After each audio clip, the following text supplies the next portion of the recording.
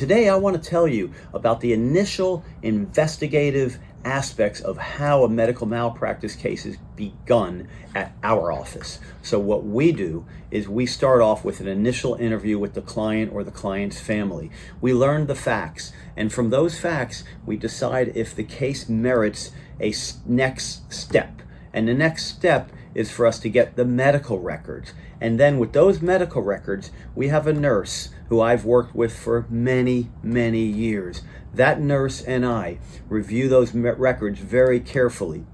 We organize them. We review the records. We research the standard of care. We research the type of medicine that is applicable, the type of doctors that we will need as an expert.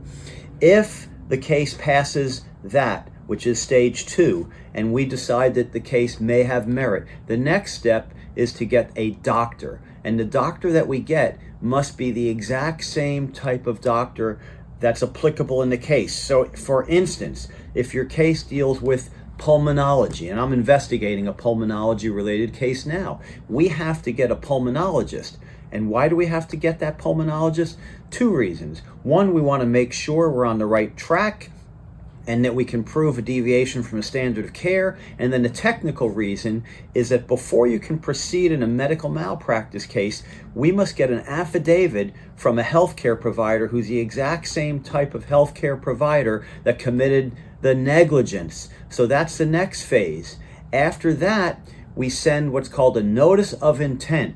And that basically is a 90-day window of investigation. The defense has an obligation after receiving our notice to investigate the case. They can either decline or accept.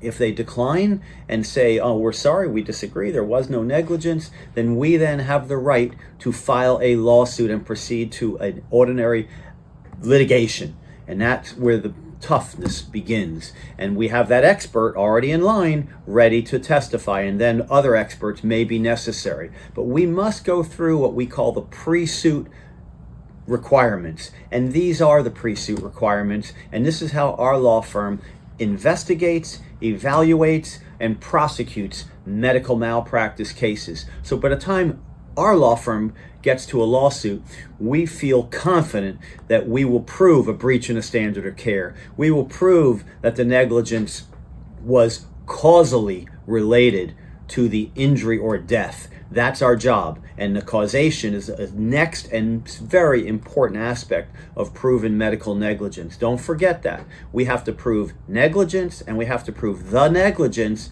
was causally related to the problems. So if you need a medical malpractice lawyer, I am here with my firm, my nurses, my support staff, my lawyers to fight for you to get compensation.